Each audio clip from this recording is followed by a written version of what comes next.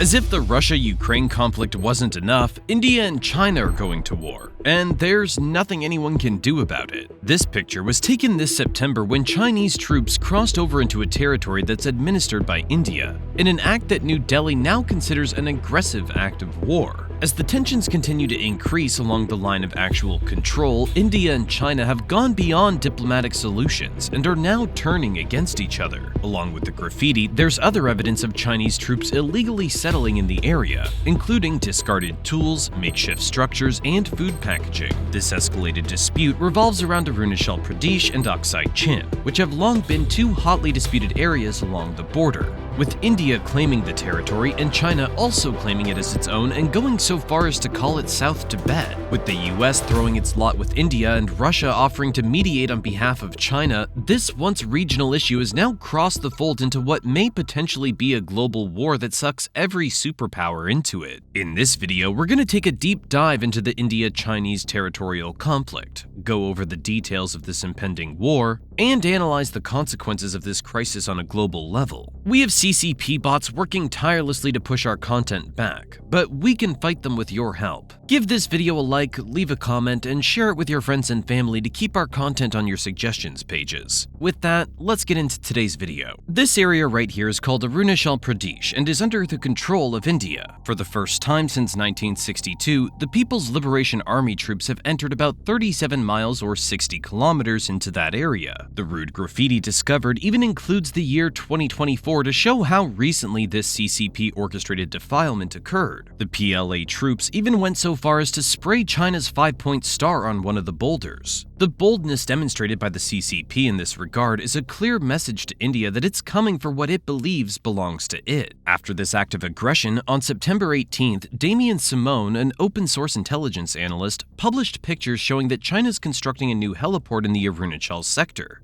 just 12.4 miles or 20 kilometers from the Indian border. Media reports show that construction began in December 2023, and the heliport's being constructed at Nyingchi Prefecture, in the southeastern part of the Tibet Autonomous Region. This region has always experienced high levels of patrol, especially at the Fishtail 1 and 2 borders. Suspiciously, this is not the only heliport that's been constructed, as China's already constructed over 10 helipads near the line of actual control. We've spoken about what this line is in our previous videos, but here's a brief explanation for anyone who's new to the India-China issue. This line is the disputed border between China and India, which was established after the 1962 Sino-Indian War. The terrain and geography of the Himalayas have made it difficult for the two nations to mark out a clear definitive line between them along their 2,167-mile or 3,488-kilometer border. Because of this, there have been many face-offs at different parts of the border, and today we're focusing on what's been happening along the Tibet-India divide. China's not made it a secret that it's preparing for war, and the heliports it's constructing will help it ensure rapid deployment and logistical support for its troops in the forward region. This act of aggression is also a sign that China's pushing the envelope, because India and China have had a strict agreement that they will not construct anything along their disputed border. India's Union Minister Kiren Rijiju commented on China's actions, stating that India was disappointed because the two countries had been in talks, and China's actions were a disregard of a clearly marked agreement. Everyone from the Indian government, Defense Ministry, and External Affairs Ministry was involved, and China had agreed that they would not establish any kind of permanent structure outside their line of control. After this, India added fuel to the fire when it named a peak on the mountain range after the 6th Dalai Lama. Immediately, China pushed back and stated that Arunachal was its territory. The Chinese Foreign Ministry spokesman Lin Jian stated that India's actions were null and void, and the region in the area of Zhangnan was China's. It's ironic that China's calling out India when it's been renaming places in the area since 2017. The team that went to name the peak was led by Colonel Ranveer Singh Jamwal, and they climbed the mountain for 15 days through treacherous crevices,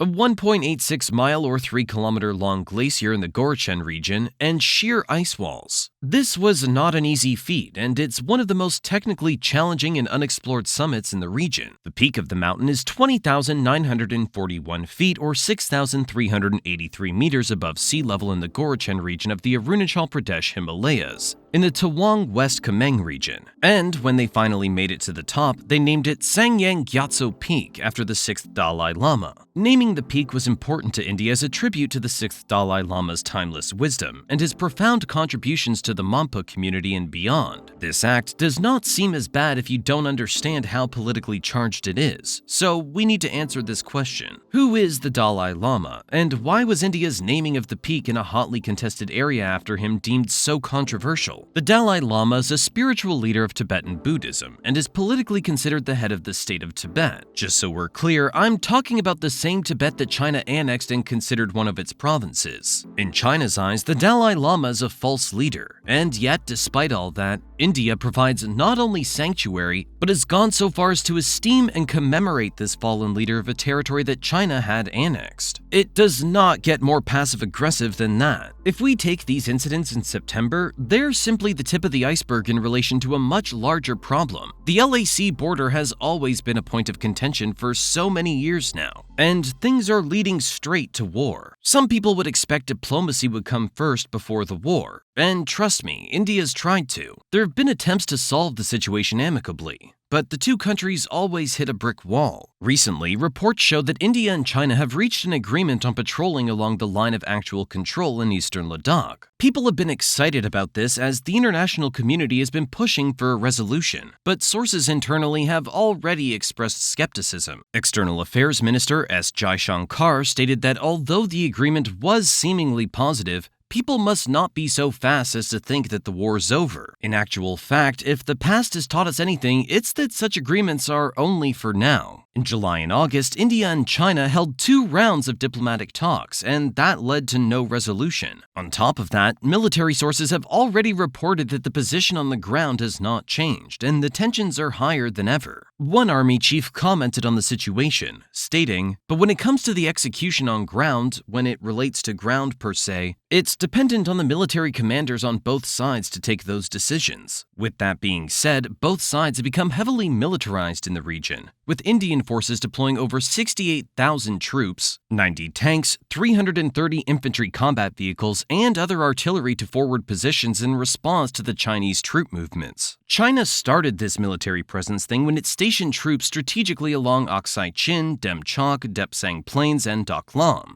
Beijing has gone as far as building highways, roads, and bridges, bringing 4G networks, and providing water, electricity, and all other basic amenities in the border area. Heliports are not the only thing that China's been building, and reports show that over a dozen airports for both military and civilian use have been upgraded in the Tibet region. The Lhasa Gangar Airport, Lindsey Mainling Airport, Shigatse Peace Airport, Chambo Bangda Airport, and Nagari Gunsa Airport are now fully in operation. And 3 others in Lakha, Shigatse, and Nagari near the border with India and Nepal are being built. The Chamdo Bangda Airport is about 99 miles or 160 kilometers north of Arunachal Pradesh, and is located in the narrow valley on the west bank of the Yuku River at the Banda Prairie in Chamdo Prefecture. What makes the construction of the airport suspicious is the fact that it's remote from tourists, as it's located in a high-altitude zone of 14,435 feet or 4,400 meters, making it difficult to access. Recently, the two nations have been passive-aggressive in their approach, but their biggest face-off in the region took place in December 2022. Reports from India show that Chinese troops were the aggressors in the situation, and they encroached into Indian territory and tried to push back the boundary. Immediately, Indian soldiers stepped in and tried to push back Chinese soldiers by shouting orders that they should move back.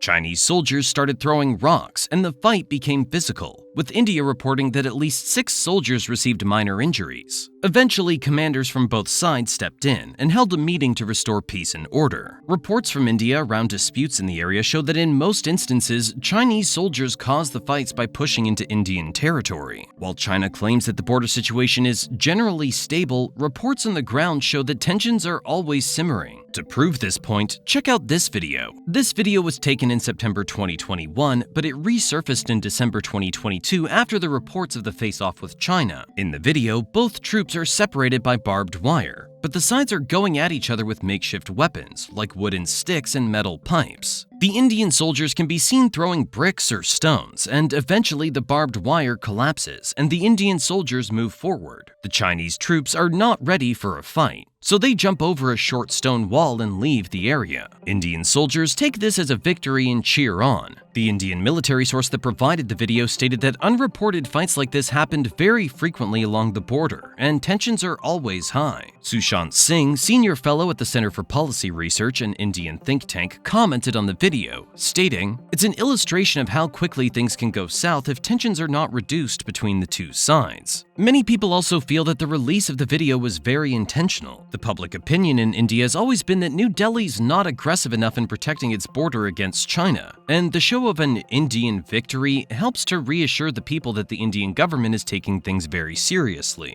This type of pressure could be what pushes India into war. With every report that comes in that Indian soldiers are being attacked, the people will get angrier, and India will be forced to move in. Arunachal Pradesh is located in such an interesting position, so let's take a look at the geography of the area to get a visual picture of why the tensions are so hot. Recently, we crossed 1 million subscribers. Ever since then, we've been flooded with emails asking us questions and advice about growing a channel on YouTube. Even though we try our best to reply to every single email, sometimes these take up too much time, or they ask the same question we've answered before. That's why we've decided to put all of our YouTube advice into one email bootcamp for completely free. So if you're someone who's interested in starting your own YouTube channel, you can get our email bootcamp by clicking the link in the description or scanning the QR code on the screen. Now, back to the video. On this map, you can see Arunachal Pradesh nestled right at the bottom of the Tibet region. This is essentially why China refers to the region as South Tibet. Because of China's claim to Tibet, it believes that Arunachal Pradesh also belongs to it. Beijing informally respects the McMahon Line as the LAC, but it claims about 34,000 square miles or 90,000 square kilometers in Arunachal Pradesh as Tibetan territory. In 2023, hot off the face-off in December, China released a new map. If you know anything about China, you know that this is its MO, and before it gets aggressive in an area, it publishes a map that justifies its actions. This 2023 edition of its standard map showed Arunachal Pradesh and the Aksai Chin region in Ladakh as part of Chinese territory. The move felt like such a slap in the face for India, because it came days after Prime Minister Narendra Modi and Chinese President Xi Jinping agreed to de-escalation on the Ladakh border. Do you see why I'm saying that the recent agreement with China means nothing? It wouldn't be the first time that Beijing turned away from a deal. After turning around and pulling this move in 2024, China condemned India for something it did on the 9th of March. Indian Prime Minister Narendra Modi unveiled the construction of a tunnel in Arunachal Pradesh, designed to offer year-round connectivity to the troops in the Tawang region and to allow for trip mobility. At an elevation of 13,000 feet or 3,962 meters, the Sela tunnel will help India bolster its defense along the line of actual control with China. China's Ministry of National Defense did not respond very well to this move by India and accused it of complicating the border issue and reversing attempts to maintain peace and stability. This reaction is very ironic considering China's construction of heliports and roads in the region as well. In geopolitics, everything's connected to something else, so we know for a fact that these face-offs in this small portion of the map are part of bigger issues in the Tibet region. What the underlying issue is for China is that it has always felt that diplomatically, India does not respect China's claim in Tibet. In fact, in early October, dozens of Tibetans living in India began a protest outside of the Chinese embassy against the human rights situation in their homeland. This protest coincided with China's 75th year under CCP rule and reminded China that not everyone was happy with this achievement. Currently, about 85,000 Tibetan refugees live in India, and this large group of refugees is led by the Dalai Lama and his Dharamsala-based exile government. Their spiritual leader has made Dharamshala in northern India his headquarters after fleeing Tibet in 1959. China's always criticized India's involvement with the Dalai Lama, stating that it views India's actions as meddling. In 2017, tensions grew when the Dalai Lama visited the hotly contested border region of Arunachal Pradesh in the district of Tawang. The Dalai Lama was simply visiting the area to consecrate a monastery and address his followers in the region. Many people from the surrounding areas in Bhutan gathered in the region for the big occasion. The 81-year-old monk was greeted by cheering supporters as he arrived in the partly ethnically Tibetan Himalayan state. India claimed that the visit was harmless, but China decided to warn it that this action would damage bilateral relations. Foreign Ministry spokeswoman Hua Chunying told reporters that the visit by the exiled leader to a contested area was a disregard for Chinese interests. and harmed the China-India relationship. In response to this, China lodged a formal complaint with New Delhi, but India managed to see right through what China was trying to do. China was trying to hide behind its claim of Arunachal Pradesh as South Tibet to demonize India's actions. China could then claim that the Dalai Lama's visit to the region was not an internal matter anymore because it was happening on Chinese territory. The Chinese Foreign Ministry spokeswoman went on to threaten India by declaring that the move would stir up trouble over the border issue and go against the development of bilateral ties. India immediately shut China down, stating that it should not interfere in its domestic issues because Arunachal Pradesh is an inseparable part of India. China's response to this visit was very interesting because it was the Dalai Lama's 7th visit to Arunachal Pradesh, and the past visits had not sparked such a reaction. This newfound anger is pointing toward the fact that China's collecting justification for its potential invasion of Indian territory. What has further fueled the tension between the two countries is the fact that China has recruited Tibetan refugees to a covert unit dedicated to high-altitude combat. The unit has been known as the Special Frontier Force, and it reportedly has an estimated 3,500 soldiers. The force was created after the 1962 war between India and China, with the aim of recruiting Tibetans who had fled India for guerrilla warfare. Most of the early recruits were people who had experience fighting for the Chushi Gondruk, which was a guerrilla Tibetan force that fought China in the early 1960s. The founder of the unit was B.N. Mullick, who was the chief of Indian intelligence then, and the CIA also helped in the unit. This has not been proven, but the rumors state that about 12,000 Tibetans were trained by U.S. Special Forces and partly funded by the U.S. Jampa, a member of the unit, told the BBC that Americans gave most of the training, and he recalled that one of the guys spoke in broken Hindi and trained 4 men, who then trained everybody else. This group was a secret until the very public death of a soldier called Nyima Tenzin. The 51-year-old soldier had died in a landmine blast near Pangong So Lake in the Himalayan region of Ladakh, where Indian and Chinese troops had been fighting. BBC interviewed his brother, who explained that he received the call on the 30th of August 2020, telling him that his brother was injured. It's only after this that a friend told him the truth. The Tibetan community in the area united to bid their fellow brother farewell and held a grand funeral for him, complete with a 21-gun saloon. Even the leader of the Bharatiya Janata Party, which is a national party in India, attended the funeral and placed a wreath on Tenzin's coffin. The coffin was covered in the Indian and Tibetan flags, which is a clear communication of the connection between the secret force and India. This report shows that India could be training up the secret force for more than just petty fights along the border, because having the CIA come in to prepare the soldiers hints at much bigger combat plans. Okay, so for a second, let's put a pin in the conversation about rising tensions between the two and put a spotlight on Tibet. India's been able to manipulate tensions in the region for its benefit, so it's important that we trace the history between China and Tibet. Between 1271 and 1368, Tibet was assimilated into China during the time of the Qing dynasty. But between 1644 and 1911, when the Qing dynasty was weakening, Tibet began to gain more autonomy. In 1911, the 13th Dalai Lama expelled Chinese troops stationed in Lhasa and declared independence in 1912. The problem was that neither China nor the West recognized India's independence, and China still claimed Tibet. However, Tibet was lucky because 1916 to 1938 was a very busy time for China. After the defeat of the Qing dynasty, there was a lot of internal fights over who should take over. On top of that, there was the Japanese occupation and World War II,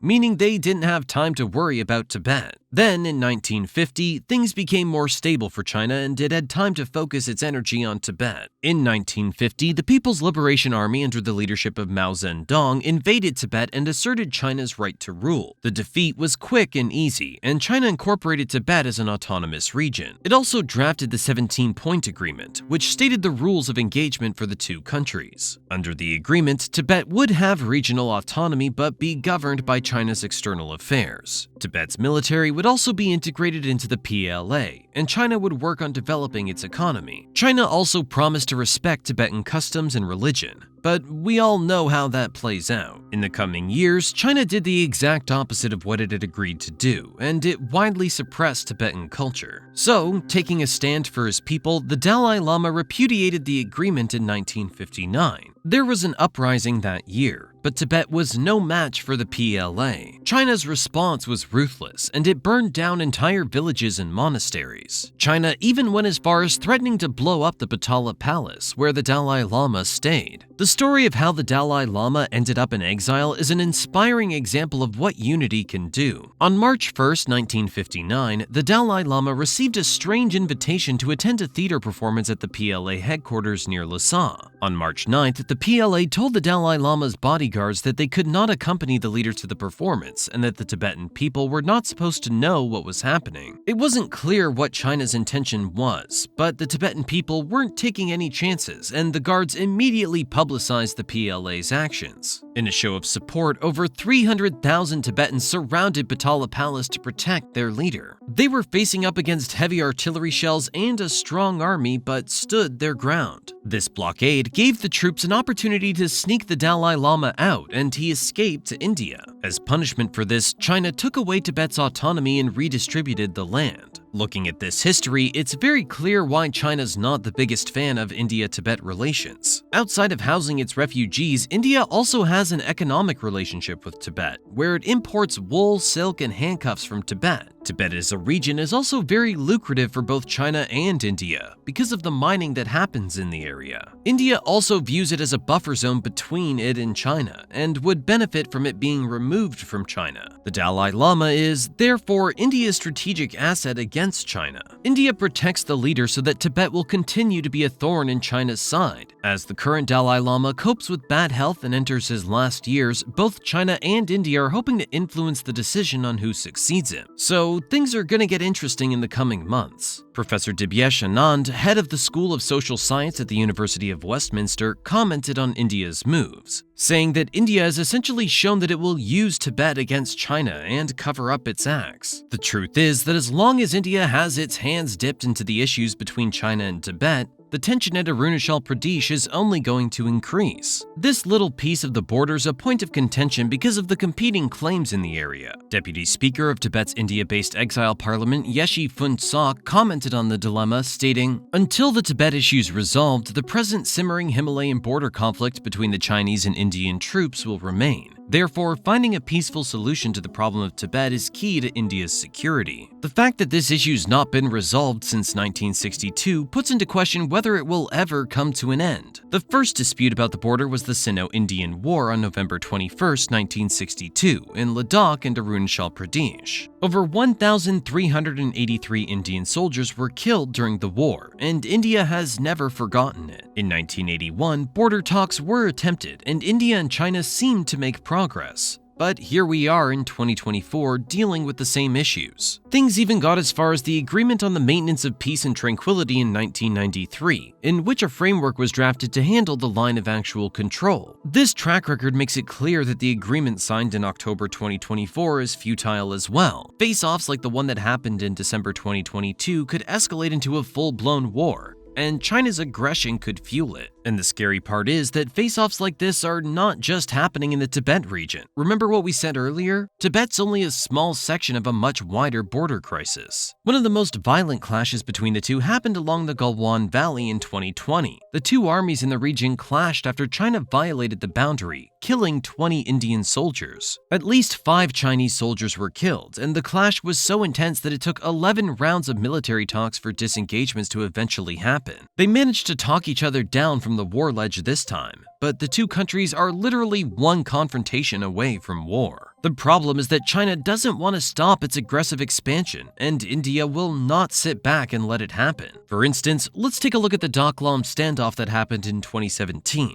This is the Doklam Plateau. It's quite a contentious area because it's situated right in the middle of China, India, and Bhutan. China's always had a military presence in the area, and that's caused friction between China, Bhutan, and India. What makes this dispute a lot more complex is the fact that the area is actually part of Bhutan's territory. In June 2017, China boldly decided to start building a road in Doklam. completely violating the sovereignty of Bhutan. Bhutan is not a big Asian heavyweight, so it chose to rely on India to step in. India wasn't going to let things slide because Doklam's proximity to the Siliguri corridor causes a serious problem for India, as the narrow strip connects its northeastern states to the rest of the country. The fight escalated when Indian troops crossed the border into Bhutan and blocked the Chinese engineers and workers from continuing with the construction. Things got intense, and there was a 75-day standoff where both sides stayed and refused to budge. After some negotiations, the standoff ended with the troops withdrawing and China stopping its construction. China has laid off the road construction,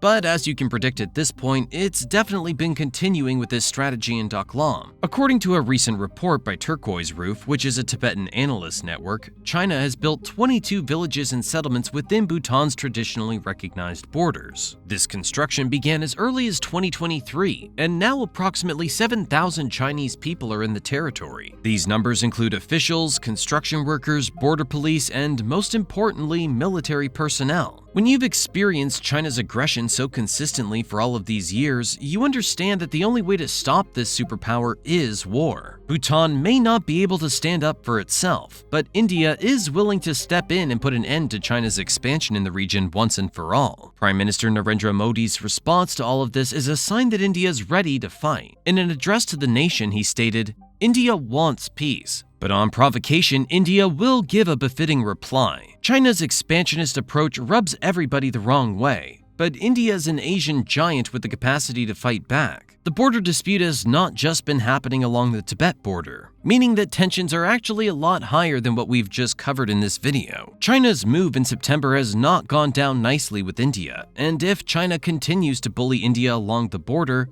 India will not hesitate to turn to a full-blown war."